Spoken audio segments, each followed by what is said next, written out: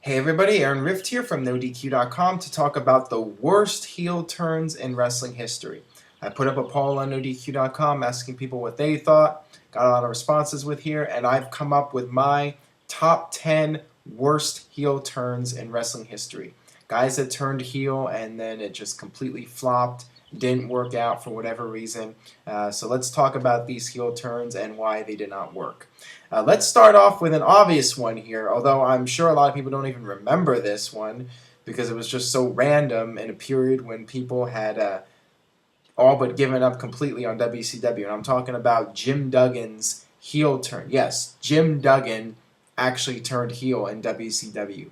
Vince Russo decided, since Jim Duggan was this beloved American hero, what a swerve it would be if Jim Duggan all of a sudden became a Canadian. And that's exactly what happened here. Jim Duggan, of all people, turns heel and becomes part of Lance Storm's Canadian stable.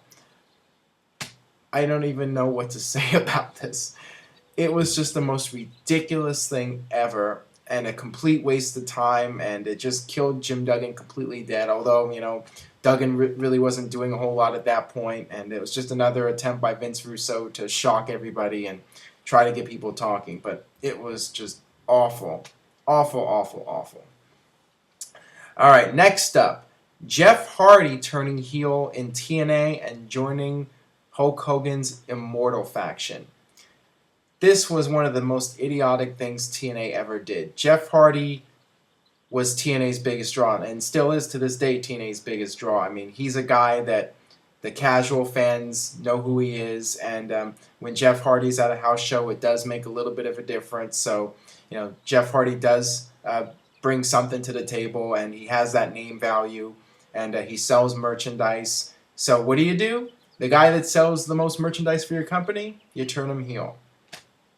Totally didn't get it, and Jeff Hardy's one of those guys that is over because of what he does in the ring. All the high spots, all the cool moves, taking all the risks, and that's stuff that baby faces do. Heels don't take risks. They don't do all the crazy moves and the flashy stuff because they'll get cheered if they do it. That's why they're heels. They're the ones that get the heat, and you want to see the baby faces make the exciting comebacks. So it just completely went against Jeff Hardy's character, and Jeff Hardy's not all that good of a talker, so guys can get over his heels if they can talk really well and they can get the crowd to boo them, but Jeff Hardy is just not one of those guys, and it flopped big time. And then of course the heel turn ended with that infamous 90-second match with Jeff Hardy and Sting at Victory Road, and thankfully that was the end of it.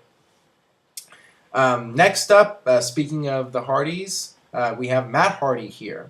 Matt Hardy turning on Jeff Hardy at the 2009 Royal Rumble.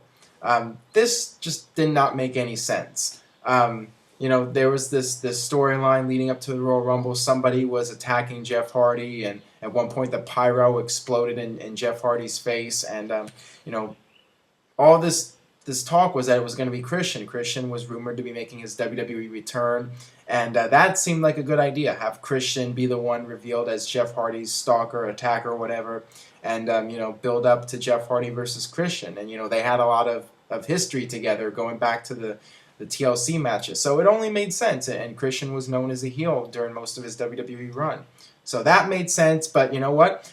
WCW, or see, I'm thinking of WCW here, but this is actually WWE. WWE felt that this was too predictable, and felt that because all this stuff about Christian had been leaked out, that it was too predictable, and they had to change it. So just to swerve everybody, WWE had Matt Hardy as the guy revealed as Jeff Hardy's attacker, and it was stupid. Matt Hardy, the thing is with Matt Hardy and Jeff Hardy too is that about 7 years earlier, like late 2001, early 2002, WWE had briefly split up the Hardy Boys and had them feud with each other, and that completely failed. It was a flop, and they quickly went back to being a team. So you would think that WWE would have learned their lesson, but no, they turned Matt Hardy, and Matt Hardy as a heel just didn't work. Once again, same thing with Jeff Hardy. Matt Hardy's not one of those guys that people want to boo, and he's not strong enough on the mic to be a convincing heel. And it didn't work, and they did these really lame segments on TV with this dramatic music in the background. It was awful. All right, next up, AJ Styles turning heel and joining up with Ric Flair. This was the beginning of 2010 when TNA started the new Monday Night Wars, and same thing with Jeff Hardy. AJ Styles is a guy who is over because he does flashy moves and he's the phenomenal one. He does really cool stuff in the ring that nobody else can do. So why in the world would you even think about turning this guy heel? And same thing with Jeff Hardy. AJ Styles is not very strong on the mic. And, it just didn't work. And then to make it even worse, you had Ric Flair. It's one thing if Ric Flair was a babyface mentoring AJ Styles. That would be cool. But, Ric Flair mentoring AJ Styles, it was such a mismatch. AJ Styles did not even come close to having the character that Ric Flair had. And then they tried to make AJ Styles the new Ric Flair, having him wear robes, putting earrings in his ear. It was just really bad, and it was a huge flop for TNA. Speaking of flops for TNA, TNA turning Sting heel in 2009 and having him join actually I think it was 2008 at Bound for Glory, having Sting join the Main Event Mafia. What were they thinking here? I mean, every time Sting has tried to turn heel, it's failed. Sting is one of those guys that everybody loves, and he just doesn't work as a heel. And the next one here on my list, let's go back a little bit in time. The first time that somebody tried to turn Sting heel, WCW 1999, they had Sting turn on Hulk Hogan, and it flopped really bad. Sting as a heel did not work at all. They tried to have Luger out there to get the heel heat for Sting, and it still did not work. Sting as a heel, nobody wanted to see it, and I think a month or two later, Sting went back to being a babyface. And you would think people would learn from history, but those that failed to learn from history, are going to repeat it. And that's what happened in TNA. TNA decided to turn Sting heel and have him join the Main Event Mafia. And, the Main Event Mafia did work to some degree. I mean, TNA did get some good ratings out of that. But Sting as a heel in that group just didn't fit at all. Next up, Rikishi being the one revealed as the guy that ran down Stone Cold Steve Austin. What a disappointment this was. This was a storyline that had been built up for several months. Steve Austin, he took time off, so to explain his absence, they had this storyline where somebody ran him down with a car. Austin came back, was looking for the person who attacked him, and there were so many choices you could have gone with, but you go with Rikishi. And this made no sense because Rikishi hadn't even debuted yet when Austin was run down. So, that right there made no sense. And why would you turn a guy who has so much momentum as a babyface? Rikishi was really over with Too Cool and, doing the dancing every week. People loved that. And it hadn't even been going on for a year. So, it still had some life left to it. So why would you just get rid of that and drop that completely and turn him heel? Did not work at all. And, just a couple months later, Rikishi went back to being a babyface again. And they ended up having Triple H turn heel to try to salvage the whole storyline. It did not work. Number 3 of the top 10 worst heel turns of all time. This one is really mind-boggling. Bret Hart turning on Randy Savage and joining up with Hulk Hogan and the NWO Black and White. What were they thinking here? I'll tell you what they were thinking.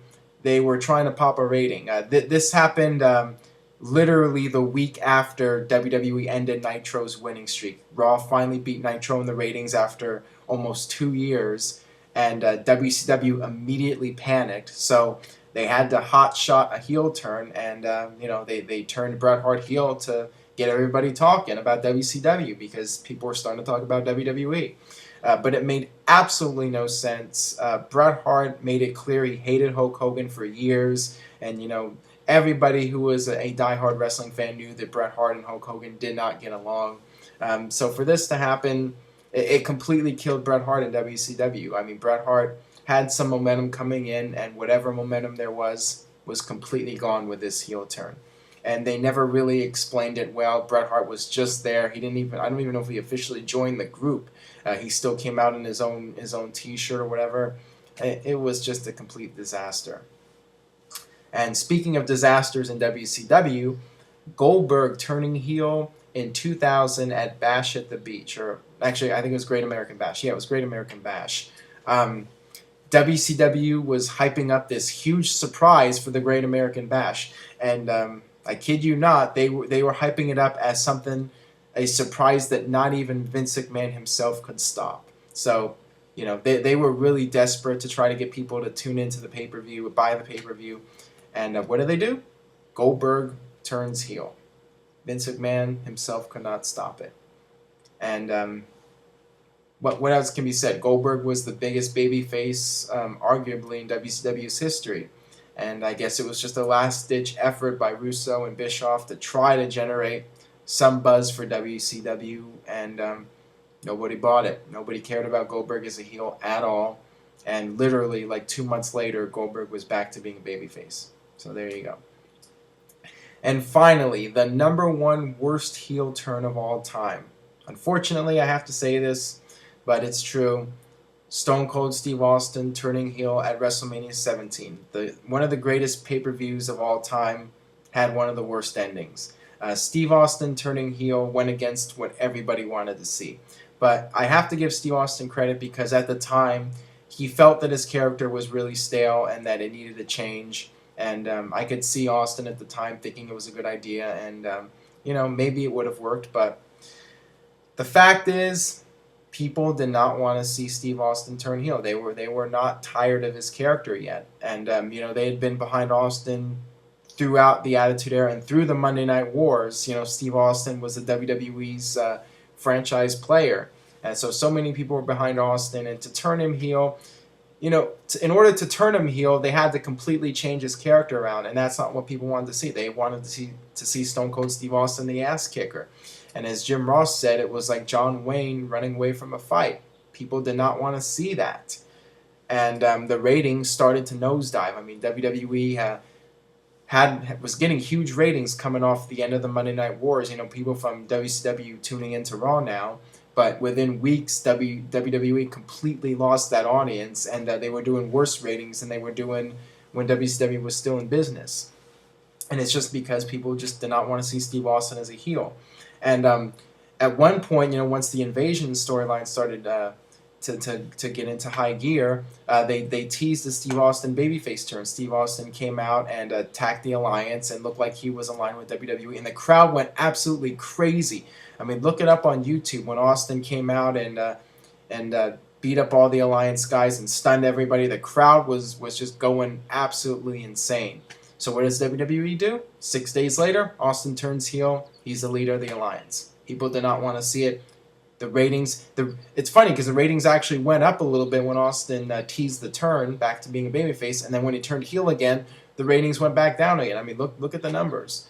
And then finally, the Invasion storyline just ended, and Austin went back to being a babyface, and you know, everybody tried to forget that whole heel turn. So in my opinion, that was the worst one, and Austin himself would admit that, you know, the heel turn did not work.